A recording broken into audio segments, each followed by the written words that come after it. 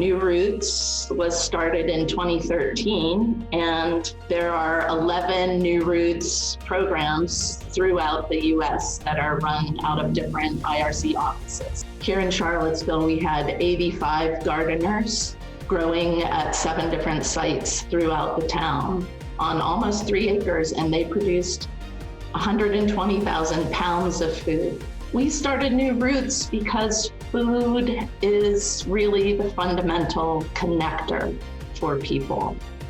It's not only important for nutrition and health, but food really is the greeting card that you can offer and share with people, to share your culture, to share your hospitality, to meet people. And so if we think about generations of immigrants who've come with seeds sown in their skirts and braided into their hairs, they're bringing their cultural heritage with them to carry on their food and traditions in their new homes. This woman from Congo always brings her children to garden with her. And this year, as the children have grown, she required all those children to have their very own plot.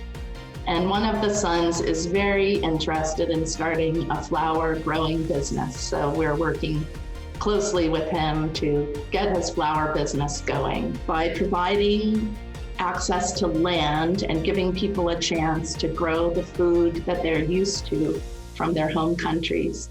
New Roots is the glue, I think, that holds the immigration experience together and helps people adjust to life in their new home here in America.